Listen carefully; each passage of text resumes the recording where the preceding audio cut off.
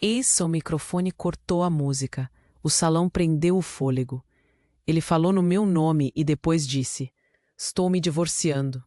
Em público, com a voz calma, com a placa de bronze do prêmio na mão. O mundo estancou por 2 segundos. Depois veio o ruído, risinhos nervosos, cadeiras arrastando, um copo que tilintou. Alguém sussurrou: "Que absurdo!" Outro gritou: "Explica!" Eu fechei os dedos no apoio do púlpito. Mantive a postura. Respirei curto. Senti o peso do anel na mão esquerda. E sorri. Do tipo que quebra. Eu sou Helena Costa. Tenho 54 anos. Editora-chefe da revista Voz e Rua. 32 anos de jornalismo. 25 dedicados a este projeto que hoje me homenageava. Moro em Alfama, esquina da Rua de São Miguel. Casei há 28 anos com o Marco. Temos a Clara, 23, que estuda em Coimbra. Ainda dorme de vez em quando no sofá quando volta para casa. Trabalho desde os 22, quando entrei no estúdio pequeno na Baixa, com uma máquina de escrever velha e uma colega. O salto encostou no tapete. Puxei o microfone, ajeitei. Olhei para a plateia, olhei para o Marco. A câmera fez um zoom. Virei o anel lentamente entre o polegar e o indicador. E falei. Digo, obrigado. E foi simples, foi seco. Foi frio como o metal do prêmio. Sorri de novo, pequeno. Acrescentei. A minha vida cabe numa mala, mas hoje, por favor, deixem o trabalho falar por mim. A sala murmurou, incrédula. Havia fome por espetáculo, e eu lhes dei contenção. Era quase insultante para alguns. Para outros, alívio. Para mim era estratégia, não por orgulho, por cálculo. Não queria dar a ele a vitória do escândalo. Não queriam as pessoas verem as minhas mãos tremendo. Então disse, a cerimônia continua. E a cerimônia continuou. Alguém trouxe outra tacinha de champanhe. O pianista retomou uma peça antiga, de filme. Eu segurei a minha nota, no bolso interno do blazer. Encontrei o programa dobrado em 2. Dentro, uma dobra menor. Um papel branco tão discreto quanto. O nome de uma pessoa do meu passado? Um aviso? Uma ameaça? Meu coração apertou. Não chorei. Senti um tremor nas mãos, como quando se segura uma xícara muito quente. O ruído na sala se transformou num zumbido remoto. Os flashes começaram. Alguém gravava com o telefone. Vi a Clara no fundo, com o rosto pálido, a mão na boca. Senti um resumo de tudo que construí, virando imagem viral em segundos. Pensei na revista, nas contas, no conselho editorial. Pensei em como um anúncio desses podia destruir contratos, patrocinadores, reputações. Pensei em como a verdade, quando exposta assim, corta mais que uma lâmina. Saí do palco sem correr. A organização tentou me cercar com palavras. Eu sorria. Disse, mais tarde, e procurei o casaco no camarim. No bolso do casaco, além do programa, havia outro bilhete, menor, dobrado 3 vezes. Só uma frase. Não leia anúncios, leia papéis. Havia também um clipe de metal, esmaltado de vermelho, com um símbolo que não reconheci de pronto. O brilho vermelho refletia a luz amarela da lâmpada e por um segundo pensei que fosse um sinal de parada. Parei de respirar. A respiração saiu curta, depois veio um nó no estômago. As mãos tremiam, mas ninguém ali podia ver. O espelho à minha frente devolvia a imagem de uma mulher de 54 anos com o cabelo preso num coque prático, uma mecha solta no rosto, olhos fundos de quem dormiu pouco. Era eu mesma. E doía. Eu me chamo Helena Costa. Tenho 54 anos.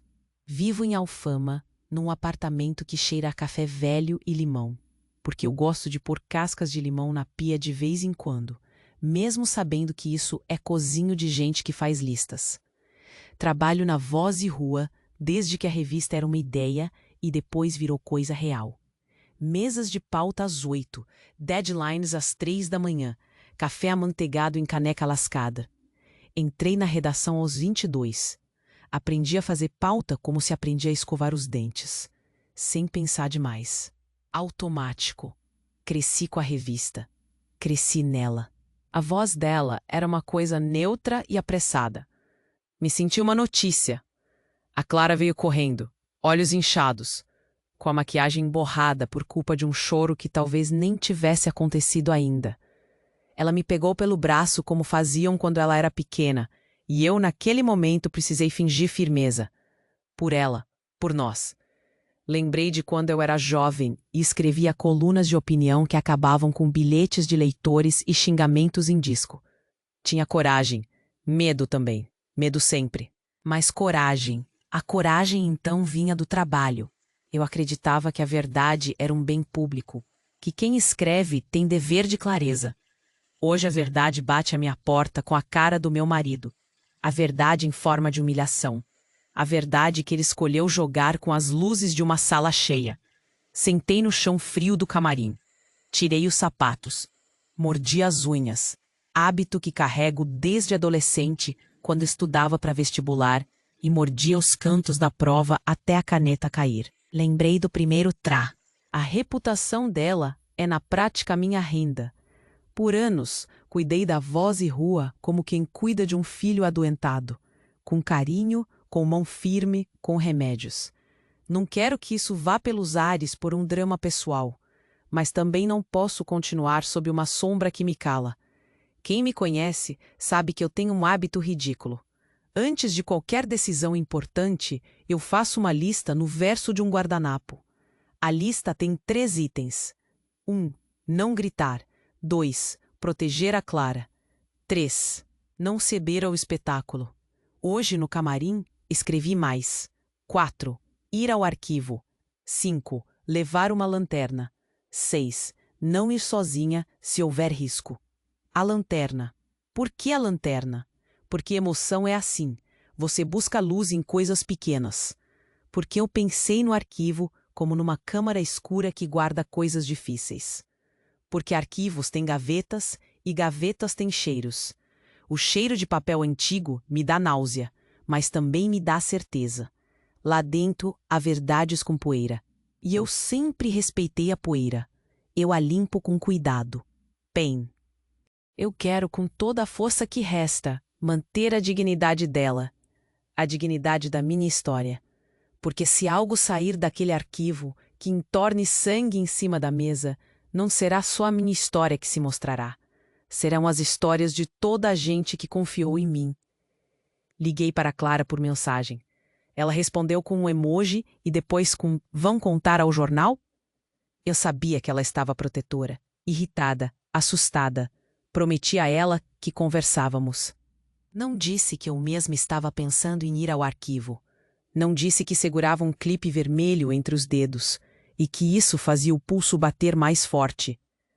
Não disse que eu tinha lembranças que poderiam virar acusação.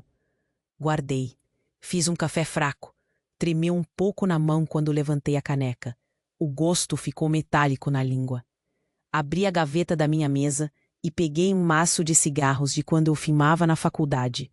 Eles estavam lá como relíquia, fechados, nunca consumidos. É absurdo. Eu nunca mais quis fumar. Era só um guê. As ideias acendem e apagam como pequenas lâmpadas. Eu sei que no fim preciso escolher entre 2 opções ruins: deixar que a história se dissolva no rumor ou abrir a gaveta onde guardo lembranças e permitir que o vento leve tudo. Nenhuma escolha garante que sairei inteira. Antes de sair do camarim, fiz uma coisa íntima. Peguei o anel, pousei na palma da mão e o observei como se fosse um animal. A aliança tem uma marca por dentro. Uma marca que Marco fez quando nos casamos. Um risco quase invisível. Não sei por que olhei para ela. Talvez procurando sinal. Talvez buscando lembrança. O que senti foi um frio antigo.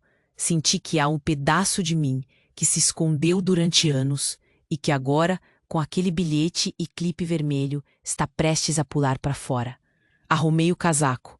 Olhei para o espelho. Minha cara estava pálida, mas os olhos mantinham um fogo, não de vitória, de vigilância. Saí do camarim e passei pelo corredor, ouvindo o som das vozes se desvanecerem atrás de um. Levo a foto, levo o clipe, levo o medo, E levo escondido no bolso um segredo meu que nunca contei a ninguém. Um segredo que, se sair às claras, pode ser a razão de tanto barulho. Se é o que ele quis revelar no palco, não sei. Mas sei que a noite de hoje vai decidir se eu deixo algo morrer por medo, ou se eu volto com as mãos sujas de pó, com uma verdade nas palmas. Ou se volto sem nada. Ou se não volto. A porta do arquivo range quando a empurrarei. A luz lá embaixo é fria. O ar tem gosto de papel. E eu, com o clipe vermelho no bolso, sinto que há alguém me esperando nas prateleiras. Não sei se é o homem das iniciais. Não sei se é o meu marido. Não sei se é a minha própria memória disposta a me punir. Só sei que, quando chegar, vou procurar uma pasta com etiqueta preta. E que dentro dela há algo que me pertence e que eu mesma escondi. Algo que talvez explique por que alguém resolveu fazer aquilo no microfone. Vou ao arquivo às 21 horas. E levo comigo uma regra simples. O Marco dizia, vá em frente, e eu fui. Ele me pegava no colo às vezes, quando eu chorava por causa de uma matéria que deu errado, ou por causa de uma nota que sumiu. Ele limpava minhas lentes sem que eu pedisse. Pequenos gestos. A vida feita de migalhas boas. Tínhamos contas. Tínhamos sonho. Compramos um apartamento. Financiamento longo. Juros irritantes. Tabelas que eu sabia consultar como quem sabe fazer um prato que dá certo sempre. Havia o seguro, a mensalidade da universidade da Clara. Quando chegou a hora, o plano de saúde. Eu aprendi cedo a fazer malabarismo. Quem é mãe e ainda trabalha sabe o valor das listas. Minha rotina era uma lista velha. Café às 7, reunião com repórteres às 8, correção de capa às 11, almoço às 3, voltar para casa às 10. Sempre a mesma fita, repetida. Às vezes eu esquecia de pagar um imposto. Às vezes a fatura vinha mais alta e eu respirava fundo e fazia cortes no supermercado. Cada sacrifício parecia óbvio. Eu dava prioridade. Houve uma vez em que encontrei uma caneta com um logo estranho no porta-luvas do carro dele. Um logo que eu recusei investigar por semanas. Foi conveniente me convencer de que era só coisa de trabalho. Eu me dizia, deixa estar. A rotina precisa de paz. Mas a menina dentro de mim, a que tinha 22 anos, pegava um bilhete e decifrava. Ela dizia, olha, no jornal eu era conhecida por ter pulso firme. Cobria casos sensíveis. Assinava pautas que derrubavam cargos. Eu tinha o hábito de lacrar pastas. Aprendi a lacrar por prudência. Em 2006, pedi que lacrassem uma investigação. Foi uma decisão editorial. Não foi só minha, mas eu lembro de ter escrito as iniciais no canto da pasta. HC. Lacrar era proteger fontes. Era nem pôr em risco quem me confiou informação. Daquela pasta, eu lembro pouco. Um médico poderoso, doentes que tinham sido enganados, uma clínica com práticas suspeitas. Lembrei de uma etiqueta preta. Lembrei de uma sensação de nó no estômago quando decidi.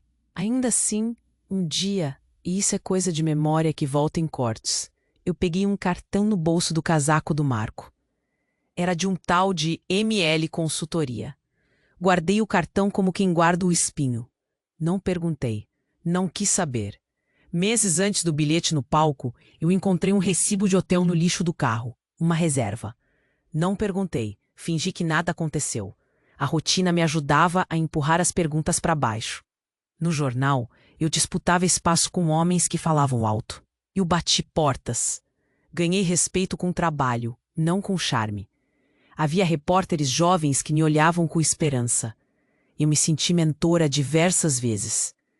Ajudei a escrever uma série que levou um político à resignação, noites de insônia e xícaras quebradas. Era trabalho visceral, era suor, e eu gostava. Às vezes o Marco vinha ao escritório nos eventos. Ele apertava minha mão com orgulho na boca. Fingia ser discreto quando precisava. Havia noites que ele dançava comigo no salão de festas da... O medo da exposição me fazia calcular riscos. Perder a revista, perder a filha, perder a casa. Essas decisões cavam sulcos. Às vezes, quando penso em tudo agora, sinto aperto no peito, que vem como uma mão. E havia também as pequenas alegrias, almoços com amigas que não via há tempos, a risada da Clara quando contou uma bobagem na faculdade. Um telefonema do Marco dizendo: "Traz comida, cheguei cedo." Esses instantes me confortavam. A vida era tudo isso ao mesmo tempo: UPA e amor, medo e riso. No entanto, algo me ficou claro nos últimos meses. Havia uma conexão que eu sempre suspeitei, mas ignorei. ML, o nome do cartão, é também as iniciais que surgem em documentos do projeto antigo que lacrei em 2006. A coincidência me cortou de dentro. E, naquela noite, com o clipe vermelho na mão, percebi um detalhe que não tive coragem de encarar antes. O número riscado no metal parecia o mesmo que eu usava para marcar pastas sensíveis. Um sinal, ou coincidência. Quando vi o KL, desço as escadas devagar. Cada degrau faz eco. O corrimão está frio. O cheiro de papel antiga puxa minha garganta para dentro. A lanterna no bolso pesa como se fosse um coração novo. A foto da Clara me queima o peito quando a toco.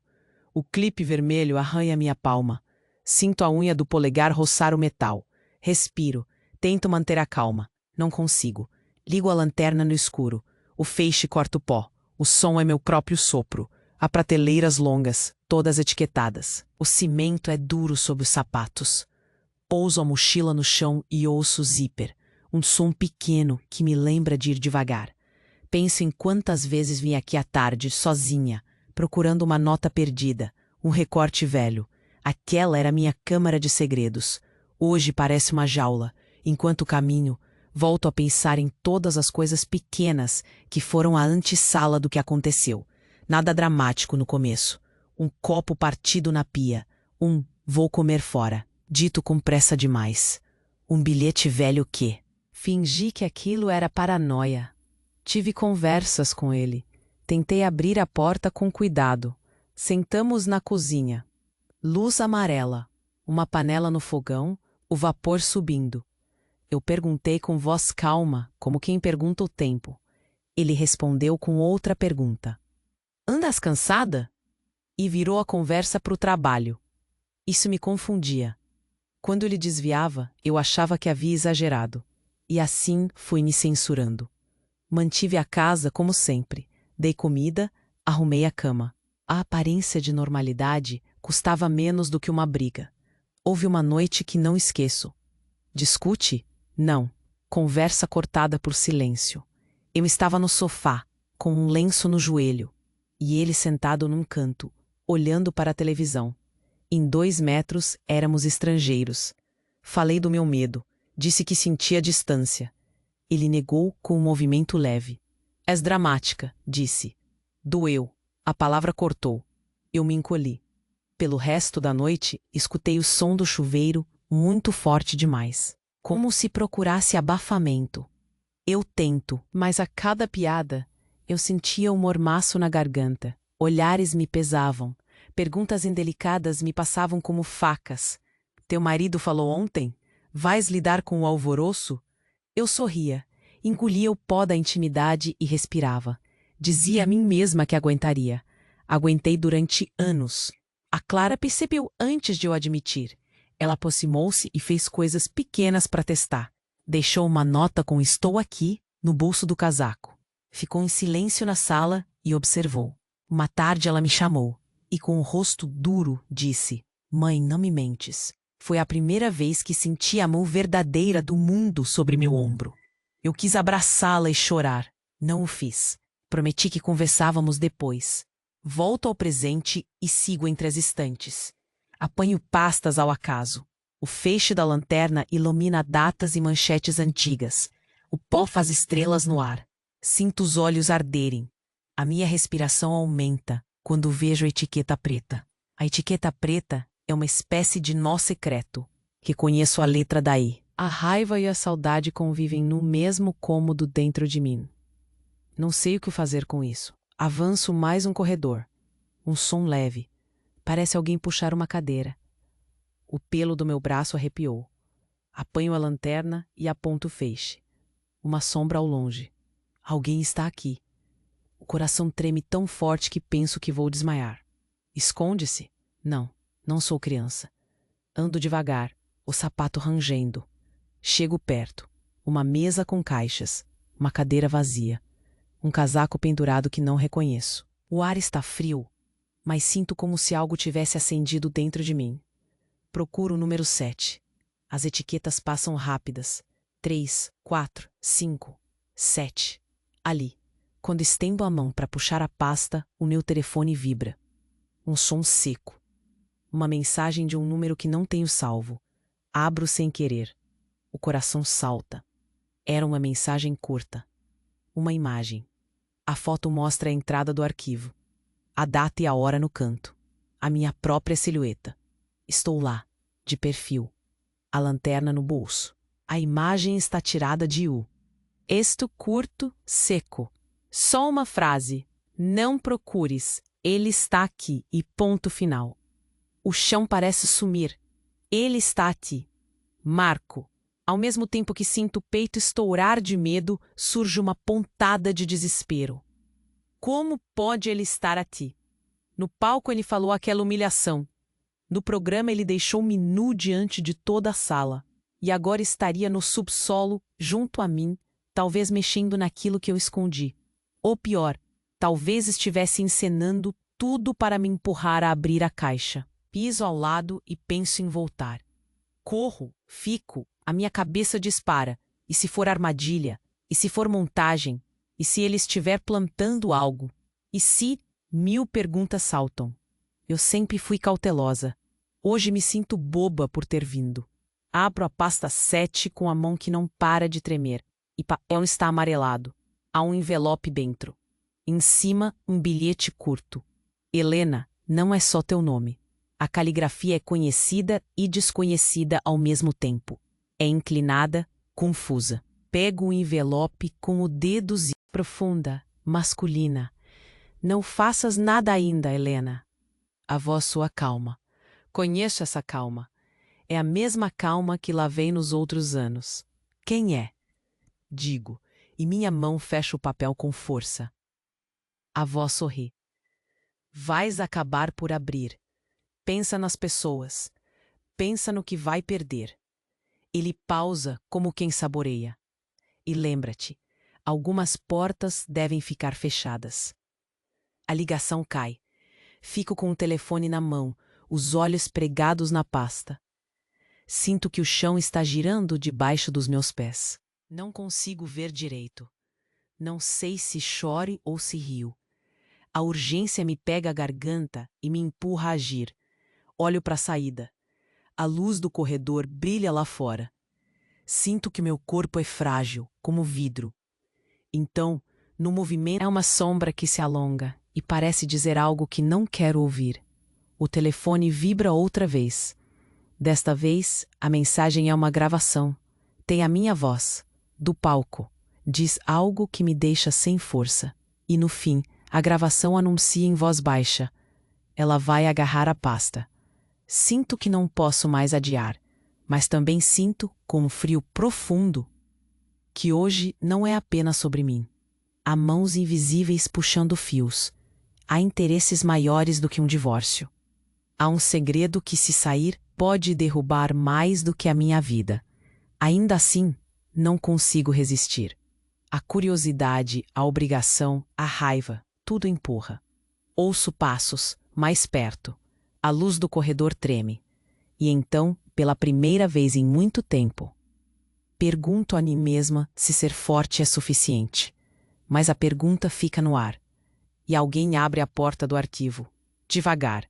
O som de madeira rangendo cortando o silêncio. A porta rangeu devagar. A madeira fez aquele som de velhice que corta o silêncio. A luz do corredor entrou como um fio. Passo. O feixe da lanterna no meu bolso tremia. O clipe vermelho fazia cócegas no cartão da revista. Senti as unhas prenderem no bolso da calça. Não virei a cabeça. Segurei a pasta 7 com força. A etiqueta preta ficava à mostra. Minhas mãos tremiam um pouco, sim, mas a cabeça estava estranhamente calma. Era uma calma que vinha de necessidade. Não podia fazer cena. Não queria dar a ele o sabor do espanto. Ainda não. Ele sorriu um sorriso curto, sem alegria. Não devias mexer em coisas antigas, H. Falou H como se fosse íntimo, como se me reduzisse por um apelido. Engoli. Tive vontade de gritar, de pedir que ele se explicasse. Em vez disso, abri a pasta com cuidado. O papel rendeu o som de quem se sabe velho. Havia envelopes, recortes, folhas numeradas. Havia uma pilha de impressos, cópias de e-mails, recibos, coisas que eu guardava e que, por medo, evitar ir ver, agora estavam ali, à minha frente, como provas. Vi o primeiro. Um extrato bancário. Horas. Palavras. Ajuda com a cena? Perguntou um número. Conseguimos 3 minutos em público, respondeu outro.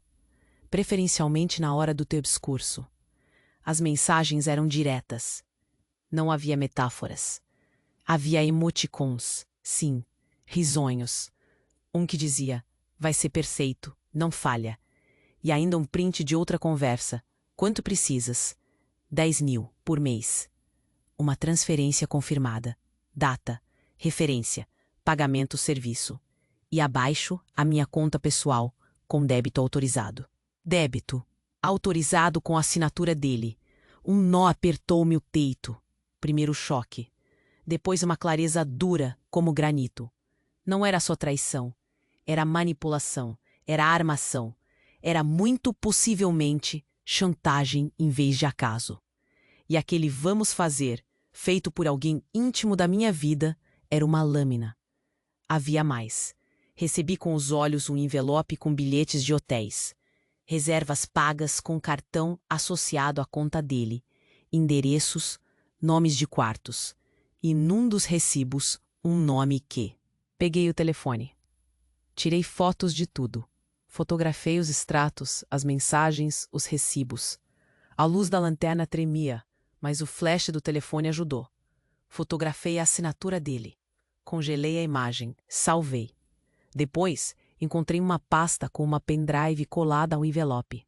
Dentro, um post-it, áudio. O coração deu um salto que senti nos dentes. Subi o volume da lanterna e olhei para o pendrive. Antes de conectar, ouvi passos do lado de fora do arquivo. A porta rangeu de novo. A sombra na soleira tremeu. Dei um salto. Escondi a pendrive na palma da mão. Enterrei a mão no bolso. Coloquei o bloco da revista por cima, como se fosse uma tarefa qualquer. Respirei. O barulho do corredor passou. Alguém falou. Uma voz. Eu conhecia. Era do segurança. Tudo bem aí embaixo? Perguntou, meio distraído. Respondi que sim. A voz dele longe e o som de passos que se afastavam. Mordi o lábio até sentir gosto de sangue. Segurei a pasta. As minhas pernas tremiam. Mas acabe. A parte que aprendeu a guardar provas, a proteger a família e a revista, a não queimar tudo com uma explosão emocional. A parte que sabe que a verdadeira força vem do preparo e não do grito. Apaguei nada. Gravei tudo. Tirei mais fotos. Plaquei. Fechei a pasta com cuidado. Meti tudo na mala. Também arranquei cópias de folhas essenciais com a ponta da caneta. Anotei horários. Marquei nomes. Tive a certeza de que aquilo era suficiente para começar um processo. E, mais do que isso, para virar o jogo. Não disse nada quando ele passou por mim. Encolhi os ombros e arrumei o cabelo, como se a minha maior preocupação fosse a mecha solta. Ele fingiu não ver. Riu com uma naturalidade de teatro. Estás a trabalhar até tarde? Perguntou. A pergunta era isca. Respondi com uma mentira curta. Sim, uma checagem. Ele assentiu, conjurou um sorriso de homem honrado e saiu sem olhar para trás. A porta fechou. O som foi definitivo. Senti um impacto, como se alguém tivesse batido C. 3 chamadas longas às 18, umas 20. Chamadas curtas antes do anúncio. Timestamps gravados. Meu estômago apertou. A linha entre a traição íntima e a armação pública estava agora pavimentada por provas que eu podia segurar. Respirei. Senti uma frieza inesperada. Não era ausência de dor. Era determinação. A dor estava lá, uma lâmina constante no peito. Mas havia também uma razão que clareou. Se eu reagisse com gritos, ele e o ML ganhariam. Eu precisava de documentos, de testemunhos, de tempo. Precisei de aliados. Precisei de um plano. Apaguei o gravador. Fiz uma cópia digital daqueles arquivos com o meu telefone. Enviei cópias para 3 e-mails que eu sei que ninguém tocaria sem minha senha. Uma pasta encriptada para o escritório do meu advogado.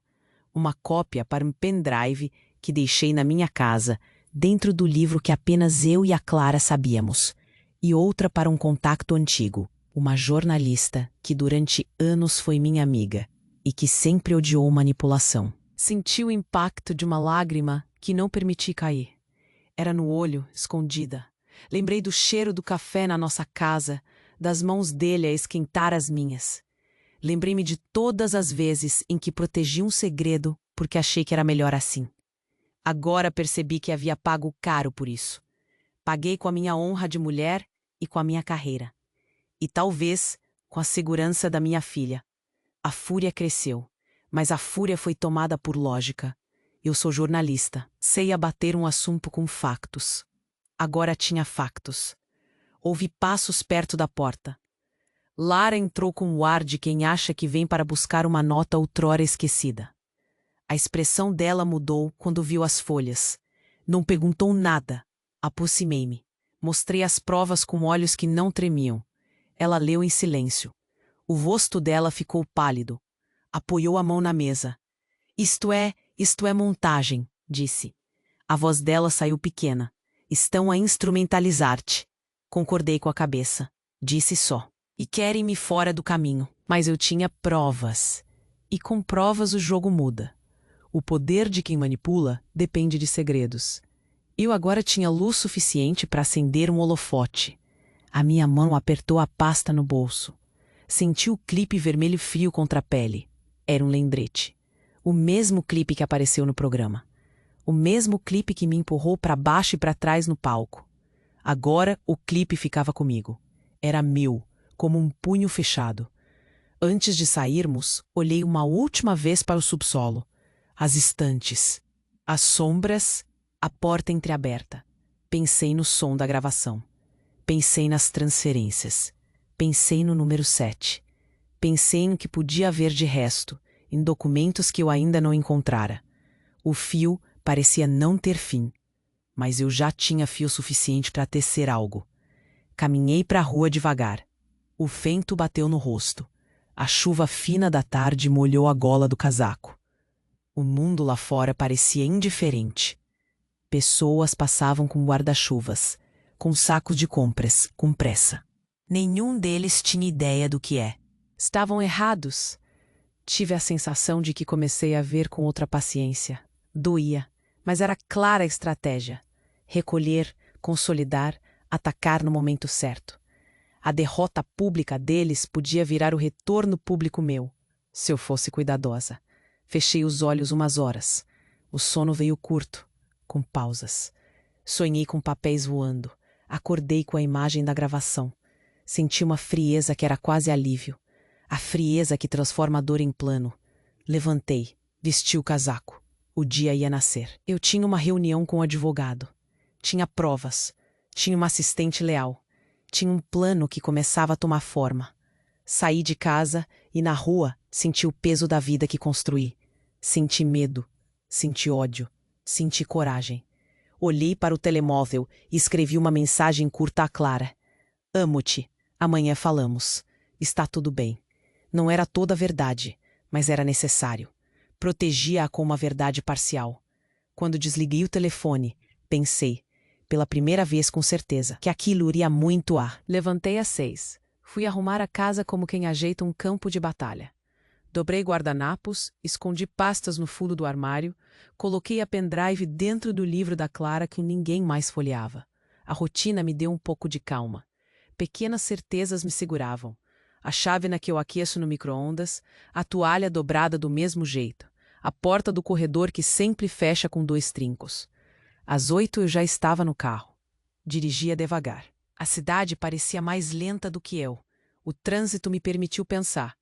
Listei no bloco mental os passos que precisava dar naquele dia. 1. Reunir-me com o advogado e consolidar o que eu tinha. 2. Pedir cooperação discreta ao Tiago do TI. 3. Fazer cópias físicas e digitais, em locais distintos. 4. Avisar a Ana. Só ela, só agora. 5. Manter as aparências no escritório. Percebi que mesmo com tudo tremia. Era um tremor fino, no fim dos dedos. Enrolei o volante com força. O ar-condicionado cheirava a plástico e a jornal velho. Respire. Combinei com ela que era melhor eu juntar prova e só depois pedir medidas legais. Pedimos também que salvaguardasse uma cópia fora do país, por precaução. Ela sorriu de leve, sorriso profissional, e deu-me um nome. Ana, a tua amiga pode guardá-lo, só se ela concordar. Concordei, porque a Ana era confiável. Sempre fora. Saí da sala com um mapa de tarefas definido. Sentia-me menos errática. A lança de Ned estava lá, mas havia uma direção. No caminho para a redação, parei num café que conheço. A miúda do balcão me sorriu, disse meu nome. Eu respondi primeiro com contra-sorriso. Pedi um café forte e um pastel. Abri o telemóvel. Enviei uma mensagem cifrada para a Ana. Encontro rápido. Amanhã, 10 horas. Trazes teu disco? Urgente. 2 barras e uma senha velha que só nós usamos. Ela respondeu. Zin. 2 palavras. A sala do café teve um momento. Um homem alto riu alto ao telefone. E eu senti a espuma do café vibrar junto ao copo. Mantenho a calma. Respirei. Ao chegar, expliquei, em geral, que havia risco para a revista. Pedi que puxasse os registros de e-mails, acessos ao servidor, trocas de ficheiros relacionadas com o evento. Disse um detalhe que o fez compreender a gravidade. Procura por operação evento, luz e mar, pagamento serviço. Ele assentiu e foi. Fechei a porta. Senti o suor frio nas costas. Enquanto isso, a assistente Lara trouxe-me um relatório de faturação. O seu rosto estava pálido. Vê isto depois, falou. Parei a caneta. Dei-lhe um olhar que pedia silêncio. Ela entendeu. Senti-me agradecida por ela existir. Pequenas alianças me mantinham. O Tiago apareceu 20 minutos depois com um pendrive escondido numa caixa de papel de uma outra entrega. Trouxe o que pedi, sussurrou. Eu puxei o fio do pensamento. Tinha de ficar calma, extrair as provas, duplicar, enviar, ocultar. Fechei-me no meu escritório. Liguei o gravador do telemóvel por hábito. Abri os ficheiros. Havia nomes, horários, uma lista de pagamentos. Ana ouviu, fez perguntas diretas. Vais querer que eu publique? Perguntou. Ainda não. Por enquanto, guardo. Perfeito, disse eu. E senti um alívio pequeno. É bom ter alguém. Voltei ao escritório e, no intervalo, fui à comida. Havia um almoço comemorativo para novos assinantes. Eu fui. Sorri. Sentei à mesa mais vazia. Do outro lado da sala, vi o Marco. Ele estava bem vestido, de sorriso fácil. O mesmo homem que me mandara a prostração pública. Ele cruzou olhares com pessoas que o elogiavam. O estômago apertou. Disfarcei, sorri para um executivo que pediu selfie. E fui ao banheiro. Respirei. Coloquei a mão na torneira fria. A água fria puxou-me para a superfície de novo. No regresso ao escritório, vi um carro parado em frente. Um BMW escuro. Algo no tipo de papel que estava dobrado no banco chamou-me a atenção. Não reconheci a matrícula, mas o carro ficou. Pus a mão na bolsa.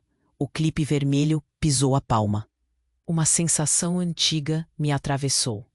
Não deixei que ela. À noite, em casa, planejei passos com a doutora Teresa ao telefone. Falamos de como e quando expor. Ela disse que era preciso preparar declarações, testemunhas, qualquer coisa que mostrasse coerência legal. Eu escrevi uma lista. Testemunhas, o assistente de palco, segurança, provas, transferências, gravações, logs, medidas, pedidos de audiência preventiva, proibição de abordagem. Ela mencionou algo que me gelou. Se eles forem sofisticados, vão fazer-te parecer instável. Vão plantar algo. Antecipamos isso. Eu acordei com a frase como se fosse um prego na testa. Durante a semana que se seguiu, trabalhei como uma mulher que opera 2 vidas. Durante o dia, era a editora precisa, a chefe que resolve crises. À noite, Era uma investigadora metódica. Reuni mais provas. Fui ao banco com uma procuração que o advogado me ajudou a modelar. Solicitar extratos das contas da empresa associada. O empregado do banco olhou para mim com uma mistura de simpatia e dúvida. Entreguei-o. Ambos concordaram em falar apenas se necessário. Guardei tudo com cuidado. E então, quando finalmente comecei a sentir que as peças se encaixavam, extratos, gravações, testemunhos, um sinal pequeno me cortou. No intervalo, entre uma reunião e outra, recebi um envelope anônimo em cima da minha mesa, colocado com precisão, sem selo. Dentro havia uma fotografia, uma foto minha saindo do arquivo, naquela noite. A imagem era nítida. Alguém tinha me seguido, tinha filmado. No verso da foto, uma única frase escrita à caneta. Sabes que não deves brincar com fogo. Senti o ar fugir-me. O clipe vermelho queimava no bolso. A foto era prova e ameaça. O meu peito apertou.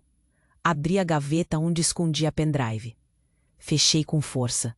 Pouco depois o telefone tocou. Era o Marco. A voz dele vinha calma, controlada, como sempre. Andas muito ocupada, disse. O que ele disse a seguir foi quase casual. Estive a conversar com um conhecido. Disseram-me coisas. Estás a mexer em coi. Mas o sorriso entrou cortado. Fui para casa com a foto no bolso e o coração pesado. Coloquei tudo no cofre que só eu e a Clara sabíamos onde ficava. Fechei. O mundo continuou a girar. Mas agora havia alguém a plantar medo. Agora havia certeza de que eles sabiam que eu estava a mover peças. Deitei-me com as mãos vazias sobre o cobertor e pensei. Estou pronta para agir. Tudo estava junto. Mais do que pronto. Tinha provas, apoio, plano. Mas naquela última noite, quando a cidade estava quieta, recebi uma mensagem no telefone que fez o ar da sala cair. Uma notificação, um print. Era uma captura de ecrã do e-mail que eu tinha enviado encriptado para a doutora Teresa, do meu e-mail, com a hora e uma legenda seca. Apaga ou contaremos tudo amanhã. Não havia remetente. Havia, sim, um sentido de urgência que atravessou a minha pele. E eu segurei o telefone. A luz azul iluminou meu rosto. Senti a vista embaçar. A impressão mais crua assomou. Alguém tinha acesso às minhas. Respirei fundo no carro. A cidade brilhava molhada. O clipe vermelho estava no bolso. O anel na mão, como um peso que eu podia soltar só no fim. O salão da revista estava cheio, mesa comprida, jornalistas, o conselho. Alguns patrocinadores. O Tiago no canto, com o olhar fixo, pronto. A doutora Teresa sentada à minha esquerda. A Ana no fundo, com a caixa metálica. A Lara com olhos de quem recebeu ordens e não pergunta. A Clara não veio. Combinei assim. Protegia com uma verdade incompleta. Protegia com mentira. É esta parte que dói mais. Subi ao palco. A luz bateu. Pulsei. Tirei o casaco. Senti a gravata do Marco entre o público, como uma sombra. Ele estava lá, pálido. Um olhar que queria ser normal. Alguém tirou uma foto. Vi flashes. O som entrou como chuva. Falei claro. Obrigado por virem. Hoje não é uma reunião comum. Hoje exponho provas. A sala murmurou. Alguns sussurraram o que ela vai dizer. Eu sorri. Um sorriso curto. Sem entrega. Ponto. Verbos curtos. Os olhos se fecharam em muitos rostos. O homem da publicidade engoliu. Um patrocinador inclinou-se para a frente. A impressão foi igual à de quando alguém descobre uma mentira perto. Todo mundo quer prova. Abri o segundo envelope. Mensagens do assistente de palco. Planilha com instruções. Preferencialmente na hora do teu discurso. Conseguimos 3 minutos. Evitar que ela se descontrole. Li as frases em voz baixa. Depois, mais alto. Mensagem enviada por ML, às 19h02. Confirmação de pagamento, 10.000. Referência, serviço. Um ruído percorreu a sala. Cada sílaba parecia pesar. O Marco se mexeu. Primeiro devagar, depois mais rápido. Levantou a mão, pediu palavra. Eu esperei. Não interrompi. Era parte do plano. Antes de sair, tinha combinado com a moderadora, a Isabel do conselho, que me deixaria falar até o fim. Sem cortes, sem espetáculo, para que todos ouvissem a sequência completa. Peguei na primeira USB, apontei para o som da sala. O Marco levantou-se. A face dele mudou. Deu um passo até a mesa. A equipe de segurança desviou. Alguém murmurou: "Ele não pode." Mas ele andou até mim. O rosto vermelho. A mão no bolso. "Isso é montagem", ele gritou. A palavra bateu como um pássaro bravo. "Isso foi forjado. Isso é uma montagem contra mim e contra nós. HC, isto é ataque." A sala reagiu. Alguns aplaudiram a coragem dele. Outros olharam para mim como se quisessem ver o próximo capítulo de um filme. Respirei. A calma precisava ser uma coisa concreta, física. Peguei a pasta. Entreguei à doutora Teresa. "Doutora, feche os olhos e ouça." Depois disse o que vê. Ela pôs os óculos. Ouviu as provas que eu tinha. Confirmou a cadeia. Pediu que um representante do banco estivesse presente. Eu tinha já pedido uma certidão ao banco, enviada por correio seguro. Trouxe a cópia certificada. Mostrei. "Extratos oficiais", disse, com carimbo. A voz do Marco perdeu solidez. Ele tentou desmentir contato. "L e Marco." O Tiago assentiu com cabeça, seco. "Temos o log de chamadas, timestamps. Podemos provar." A sala já não cochichava apenas. Havia olhos abertos como portas. Chegou um murmurinho. "Onde está o ML?" Uma pergunta que incendiou. Alguns olhos procuraram alguém. Eu dei o passo que esperavam. ML é uma identidade. Podem ser mais do que uma pessoa. Mas o importante é isto: o meu marido autorizou transferências. O meu marido recebeu pagamentos e decidiu investir nisto. O Marco levantou a mão, tremendo, e pediu que eu calasse. "Helena, por favor." A palavra pedido era igual ao pedido que ele fazia quando eu chorava por causa de qualquer coisa. Agora soava oportunista. Houve quem se levantasse. Um homem da mesa dos patrocinadores gritou: "Isto é uma armação para destruir a reputação da revista. Provas forjadas." A coragem dele veio turva. Uma mulher da equipe editorial começou a chorar. A voz de uma repórter jovem saiu fina. "Como pudeste, Marco? Usaste a nossa história. Usaste o que eu sempre disse aos outros, que a verdade é pública. Agora a verdade é pública, sim. Mas não pela minha vontade. Pela tua, que a jogou no lixo." Alguém gritou: "Mentira!" Outro: "Eu quero a polícia." Um sussurro subiu: "Chama-se polícia." Eu já tinha avisado a doutora Teresa. Ela levantou-se, colocou a mão no bolso e disse: "Eu acompanho o procedimento legal. Peço que ninguém saia. O advogado vai notar tudo." A autoridade da sua voz acalmou o rumor por um segundo. O Marco abriu a boca outra vez. Foi então que o meu telefone vibrou. Pequena luz, uma mensagem. Eu fui tentada a ignorar, mas a mensagem vinha com um anexo. Quando abri, vi uma foto da minha sala de estar, vazia. A foto era clara. Era a minha casa. O envelope metálico onde a Ana guardou a pendrive estava aberto. A cara da Ana ficou branca. O meu coração disparou. Houve um ruído como um eco de aviso. Lá fora, alguém começou a filmar com o telemóvel. O vídeo ia pá. O Marco, em desespero, tentou outra estratégia. "Põe-te no lugar de alguém que tem que pagar contas", disse. "Pensaste nas empregadas? Pensaste na revista? Achas que eu faria isto por diversão?" Eu tive de tomar decisões. A tentativa dele de humanizar-se teve o efeito oposto. Pessoas viraram os olhos. A diretora financeira ergueu a mão e disse: "Temos que suspender quaisquer pagamentos a contas do Sr. Marco, até a investigação." Um sussurro de alívio. Era pequeno, mas era real. Fui ao ponto final. Abri o último ficheiro. Foto, vídeo, uma gravação de segurança. Marco a receber um envelope. Mãos dele contando dinheiro. ML ao lado. O assistente a pegar algo no bolso.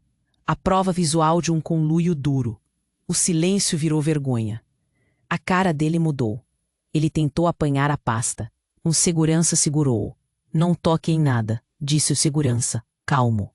E então, no meio do caos, um homem na segunda fila levantou-se e disse com voz baixa. Toda a gente pensou que uau!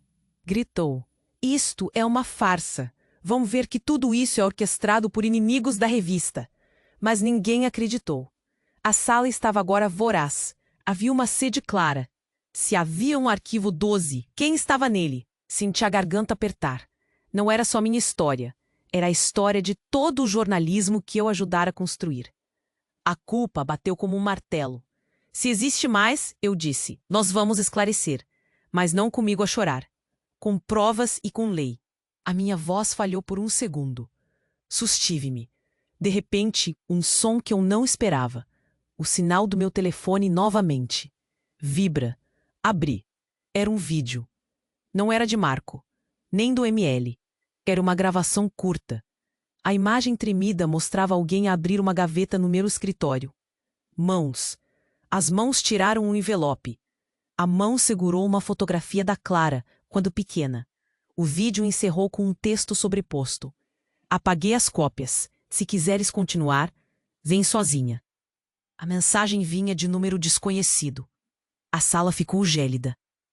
Um movimento rápido. Pedi a Ana que abrisse a caixa para confirmar se a pendrive estava lá. As mãos dela tremeram.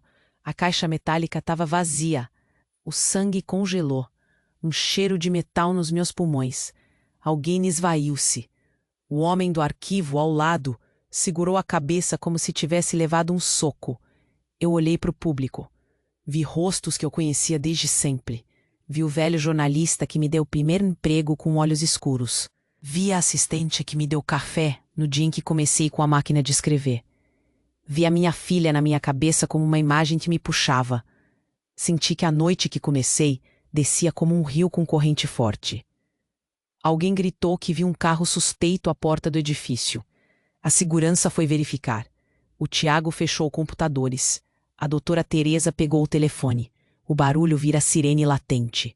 Eu percebi que havia ganho uma batalha, mas o mapa tinha novas outras rotas. A sala estava partida.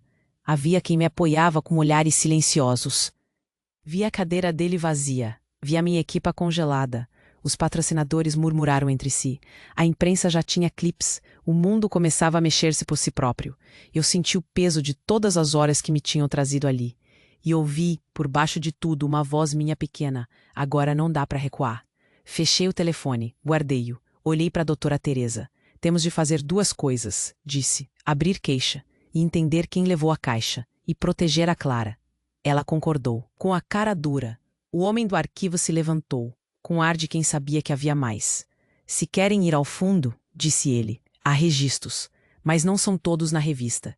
Alguns estão em caixas que passaram por um armazém. E alguns têm nomes que são maiores do que uma revista. A temperatura na sala mudou. De repente, não se tratava só de um casamento desfeito em público. Era um nino de interesses maiores que eu ou que o Marco. Alguém tomou o microfone e disse: Vamos suspender a reunião. A polícia. A noite era uma boca aberta. E eu tinha um convite que cheirava a armadilha. Saí do edifício com a minha equipa. A chuva fina lavava as marcas do dia. E no fundo do bolso, o clipe vermelho vibrava como se também soubesse que algo ainda estava por vir. Não contei tudo naquela sala. Guardei um último envelope no bolso. Um envelope com um nome que ninguém sabia. Era a única coisa que deixei para mim. Era algo que ainda não tinha posto na mesa. Algo que, se saísse agora, poderia derrubar mais do que homens. Eu não mostrei. Pus a mão no envelope enquanto segurança fechava a porta. A chuva me molhava o cabelo. O mundo parecia maior e mais perigoso do que eu imaginara. E senti de novo a necessidade de escolher rápido. A última mensagem, depois de eu já estar no carro, chegou. Uma imagem, um rosto desfocado, uma voz baixa cutucando o ecrã. Se for para salvar teu nome, aparece sozinha. Se não, perdemos tudo. E então, em letras brancas, às 21 horas, Hospital São Vicente. Foi instaurado inquérito. Bloqueio cautelar de contas relacionadas investigadas. Tradução direta. O banco tinha já detectado movimentos estranhos e colocou um selo. Mais tarde, no mesmo dia, recebi um e-mail do departamento financeiro da revista. Suspensão imediata de pagamentos ligados a Marco L. A palavra imediata soou como uma lâmina limpa. O conselho editorial suspendeu o Marco preventivamente de todas as funções. O presidente enviou um comunicado que parecia escrever-se sozinho. Distância, investigação, cooperação plena. Certo. Tudo isso era o que eu pedira. Mas o efeito prático sobre a vida real foi violento. Os patrocinadores começaram a telefonar, um por um. Vozes geladas, perguntas curtas. Queremos distância. Reavaliamos o patrocínio. Não podemos associar a marca a risco reputacional. Cada ligação era uma faísca, uma perda, um contrato cancelado. Via a nossa folha de pagamentos na cabeça. Os salários de repórteres que não me deviam nada. A conta de. Engoli as palavras. Não fiz por mal. Fiz para parar. Mas a dúvida dela me atingiu como pedra. Houve quem se afastasse com medo. Um jornalista com quem tomei café nos primeiros anos comentou, em privado, que isso vai manchar a revista. Foi como levar uma bofetada.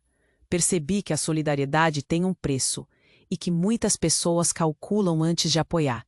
É humano, é frio, ainda doeu, mas houve luz, houve quem me segurasse. Tiago entrou nesse lugar. Ele apareceu com o seu teclado, olhos vermelhos de noite sem dormir. Trouxe logs, backups, um mapa de acessos que confirmou o que eu já sabia. Mensagens enviadas, ficheiros partilhados, horários. Ele não falou muito. Sorriu de forma estranha quando mostrei a gravação. Podemos provar, disse ele. Foi a frase que me permitiu respirar fundo. Ana guardou o disco no cofre dela, como prometera. A doutora Teresa não só me acompanhou nos passos legais, ficou comigo até tarde, comendo um pacote de bolachas e olhando para mim como o Marco sofreu perdas rápidas. A sociedade da qual era administrador pediu urgência para a assembleia. O banco congelou ativos ligados à conta que recebia as transferências que documentei. Um fornecedor que tinha negócios com ele rescindiu o contrato. O nome dele caiu em listas de consultoria e em grupos de WhatsApp de empresários. Chegaram mensagens que eram tão cruéis quanto verdadeiras. Ele traiu a confiança, e outras que eram inventadas. Ela forjou, viu o efeito do pesado. Se ele tinha rede, ela se desfazia ao contato com evidência. Ver isso me deu uma sensação estranha. Justiça, talvez. Mas não era completa e não era limpa. Era suja e, por isso, me fazia sentir suja também. E a cidade? As pessoas falavam. A vizinhança que a meu marido chamava de amigos, agora me olhava com curiosidade. Uma senhora no prédio perguntou, baixinho, se a Clara estava bem. Outro senhor, que sempre nos cumprimentou no elevador, virou o rosto. Na mercearia, o rapaz do caixa me ofereceu um saco. Ameaças continuaram. Recebi mais uma foto. A caixa metálica de Ana vazia, com uma legenda: Imprudência tem preço. O texto vinha anônimo, claro, sem floreios. Percebi que o inimigo ainda respirava ao redor. E sentei-me na mesa, com a caneca fria, sentindo o estômago apertar. Pensei na minha mãe, que dizia para não deixar ninguém puxar-me pelos cabelos. Pensei nos anos investidos em dignidade. E chorei, porque ninguém deveria ter que renunciar à calma por ter feito o seu trabalho. Mesmo assim, tive um momento de alívio. Um repórter de credibilidade publicou uma matéria detalhada que expôs os pagamentos e as peças do esquema.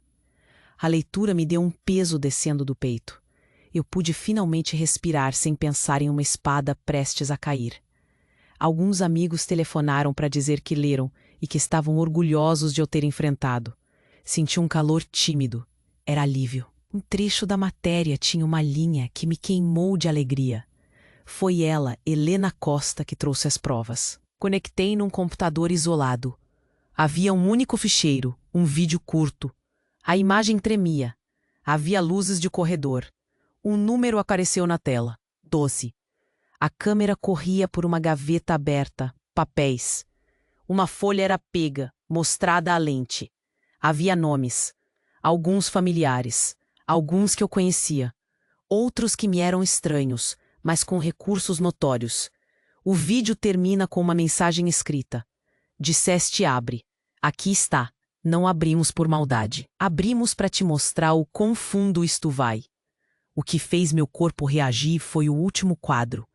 Um papel com um telefone e um nome que eu não conhecia. Uma linha escrita à mão. Se publicares, pensa na Clara.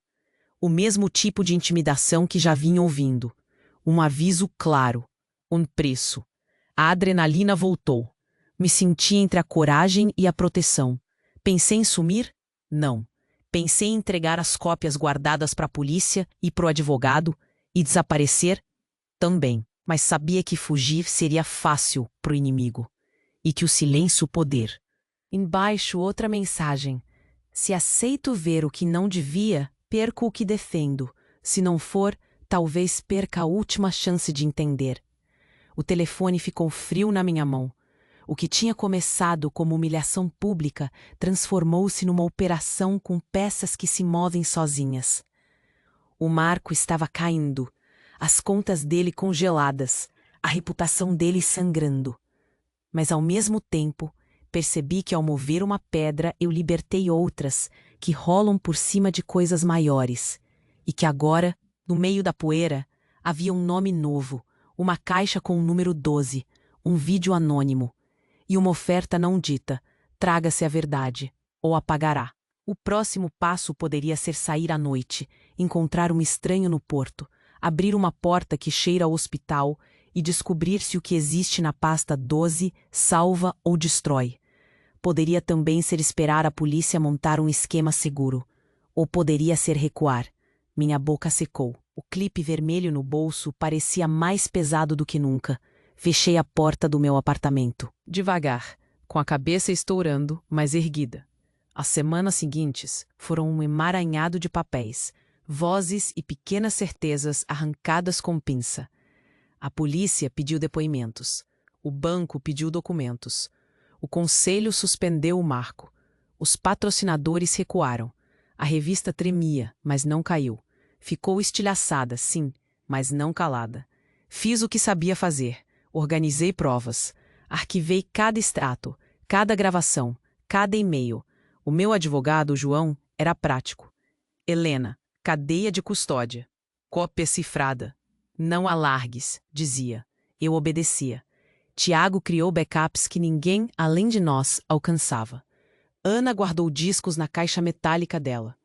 Lara fez café como se aquilo fosse rituais antigos que mantêm o mundo em pé. Uma coisa de cada vez. Repetia. E eu repetia com ela. O primeiro passo para recomeçar foi financeiramente cruel. Cortaram os patrocínios. O departamento financeiro fez contas rápidas e cruas. Havia faturas para pagar. Havia salários. Eu olhei para a folha. É reconstrução da nossa audiência. Houve resistência, há sempre. Mas Ana embarcou. Tiago montou a plataforma. Lara desenhou um formulário simples de inscrição. Em 2 dias, já tínhamos 100 mensagens de mulheres interessadas. Pedi a Clara que me ajudasse no piloto. Ela topou sem drama. Foi bom vê-la ativa, quase profissional. Trabalhamos uma tarde inteira no meu sofá. A cidade lá fora balbuciava ruídos de alfazema e chuva. Gravamos o primeiro episódio com voz trêmula, mas firme. Entrevistamos a professora aposentada que começou a costurar de novo. Entrevistamos uma barwoman que virou motorista. Mensagens chegaram. Chorei. Obrigada. A gente ria e chorava no sofá. Havia esperança pequena, e ela já brilhava. A reconstrução teve custos. Na rua, senti olhares. Algumas pessoas passaram a evitar-me. Outras a abraçar-me. Um vizinho trouxe sopa num dia em que eu cheguei tarde. Uma antiga colega, a Beatriz, telefonou e disse: se precisar de mim. Helena, eu cobro. Caminho por Alfama como quem limpa a cabeça. O bairro tem cantos que confortam. Há um senhor que vende jornais e me chama pelo nome, sem perguntas. A rotina devolve um pouco de normalidade. No trabalho, reconstruí confiança com a equipa. Falei mais abertamente com a redação. Eu errei, disse uma vez, com voz tensa. Não em tudo, mas errei em guardar o que devia ter tratado diferente. Não vou mais assumir que posso proteger tudo só. Peço ajuda. Foi humilhante, sim, mas foi honesto. As pessoas responderam.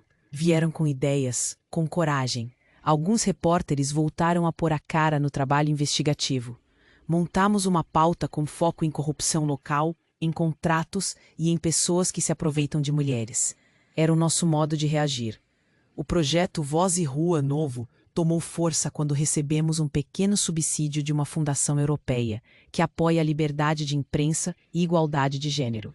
Não era muito, era o suficiente para pagar uma parte dos custos e para lançar proteção para minha filha. E principalmente força para cuidar de mim. O que me surpreendeu foi a corrente de solidariedade feminina que se formou além da minha cidade. Mensagens de Luanda, do Brasil, de Moçambique. Mulheres com histórias parecidas. Encontrei coragem em relatos anônimos. Vi mães que haviam escondido chamadas, que haviam posto panos frios em sons, que precisavam de documentos e de lei. A voz coletiva começou a fazer sentido. Passamos a compartilhar guias práticos, contactos de advogados, espaços seguros. Era pouca coisa, mas era ponte. Houve obstáculos. Uma manhã, ao abrir a caixa do correio do jornal, encontrei um envelope sem remetente. Dentro, só uma fotografia minha, antiga, tirada num evento em que eu era jovem, ao lado de um homem que eu mal lembrava. No verso, uma única frase escrita com letra miúda. Sabe onde procurar. O coração disparou. A ameaça voltou. Relembrei que havia um dossiê 12 lá fora e que nem tudo estava resolvido. Ainda há. Eu puxei. E aí, quando senti que o mapa se tornava um pouco mais visível, aconteceu algo que me revirou por dentro. Uma manhã, ao abrir o e-mail do escritório, encontrei um ficheiro anexo com um nome inesperado, um documento de transferência vinculado a uma fundação cultural com um nome que sempre me soara respeitável. No rodapé, uma rubrica que eu conhecia, um sobrenome que eu lia nos créditos das televisões. O documento tinha uma nota: verificar ligação com 12. O frio foi instantâneo. Senti as mãos tremerem. O clipe vermelho no bolso parecia ferver. Liguei para o João. Vê isto, agora. Ele pediu calma e mandou confirmar a origem. Ao mesmo tempo, recebi outra mensagem, curta e fria. Se publicares, já sabes o preço. Não era nova tática, mas agora havia um passo a mais. Havia nomes muito acima do que eu podia imaginar. Pessoas com poder. Naquele momento, o que fiz foi fechar o ecrã. Olhei a foto da Clara colada à parede. Respirei. Pensei nas mulheres que me espé. Já levantei. Já tive medo de novo esta semana. E ainda assim, fui à banca comprar pão. E neste ponto, com as mãos a tremer um pouco mais, abro o envelope que deixei na gaveta. Dentro, uma foto antiga de alguém que eu pensei ter esquecido. E uma frase escrita à mão. Se queres verdade, prepara-te para perder favores. E talvez para ganhar inimigos. O telefone toca. O número não consta. Atendo. A voz do outro lado é baixa. Conheço esse tom. Fala apenas 3 palavras. Temos o 12. A ligação cai. Fecho o telefone. Respiro. O coração bate forte. Amanhã será decisivo. Ou pelo menos, pode ser. Ou pode ser só mais um passo numa estrada longa. Mas há uma certeza. A mesma que me trouxe até aqui. Não vou sair calada. Não enquanto houver mulheres que me escreveram contando histórias que merecem ser verdade. Não enquanto a Clara me olhar e esperar. Amanhã, eu decido. E sei, ao mesmo tempo, que decidir não é o fim. É a preparação para outra luta. E que essa luta, essa G, agora chega como maré. Some, volta, traz peixes pequenos de esperança. Vivo numa casa que cheira a limão e a café, porque ainda faço o ritual das cascas na pia, e a luz de alfama entra pela janela como se fosse um lenço quente. Eu respiro diferente, eu rio diferente, e às vezes, quando encontro silêncio, Deixo as mãos pousadas no colo e lembro da noite do microfone. Ainda dói, mas dói com sentido. A revista recuperou. Foi devagar, com cortes cirúrgicos e escolhas doloridas. Fiz o que sempre fiz quando uma pauta me pedia a verdade. Organizei, chequei, mostrei documentos. A comunidade editorial reagiu. Alguns patrocinadores voltaram. Outros não. A folha de pagamento que me tirava o sono hoje entra com menos sufoco. Fechamos contratos novos. Uma série documental que surgiu a partir do podcast Voz e Rua levou anunciantes que acreditam no nosso projeto de reconstrução. Daquelas conversas tensas ao conselho, nasceram alianças que eu não esperava. O dinheiro voltou a ser menos. Fomos montando um mapa juntas. Ela me ajudou a gravar o podcast, pegou no meu bloco e disse: "Mãe, mais direto." Acho que ela me deu tanto quanto eu dei a ela. A intimidade entre nós ficou mais forte, mais franca. Há noites em que a gente cozinha juntas, ao som de um fado baixinho. E eu penso que o que eu mais quero proteger no mundo é esse sorriso dela. Tive amizades novas, conexões que nasceram da honestidade. Um grupo de mulheres jornalistas com quem eu troco mensagens diárias. Uma amizade mais próxima com a Ana, que guardou cópias e me deu apoio incondicional. E sim, houve um carinho que foi crescendo com respeito. Não foi um romance explosivo. Foi pequeno, atento, um café que virou conversa longa, que virou companhia para ir ao teatro. Chama-se André. Ele é discreto. Gosta de livros mais do que de festas. Sabe ouvir sem transformar tudo em conselhos prontos. Ele respeita meu espaço. Isso, para mim, é luxo. Não rompi o ciclo do medo. Aprendi a aceitar a presença sem D. A aceitar que não consigo guardar tudo. A verdade me libertou de ser carrinha de mudança de toda a dor do mundo. Posso carregar muito, mas não tudo. O que aprendi sobre mim? Que sou menos invulnerável do que achava e mais resiliente do que imaginava. Que é legítimo sentir raiva e que a raiva pode ser combustível para a ação. Que aceitar ajuda não apaga mérito. Descobri um prazer novo em ensinar. Em ver olhos brilharem quando alguém entende como proteger dados. Ou quando preenche o primeiro CV depois do medo. Percebi também que não há vergonha em recomeçar com mais cuidado. Ser madura não é sinônimo de estagnação. É sinônimo de escolha. Hoje a festa pequena. Hoje a paz doméstica que me deixa cantarolar ao lavar louça. Hoje eu tenho tempo para ler ficção sem culpa. Hoje me permito ir ao cinema numa terça-feira à noite. Hoje eu volto a dormir. A justiça fez seu trabalho até onde pode. O resto a vida fez. E eu me permiti viver. Não digo que a ferida fechou. Sinalizo que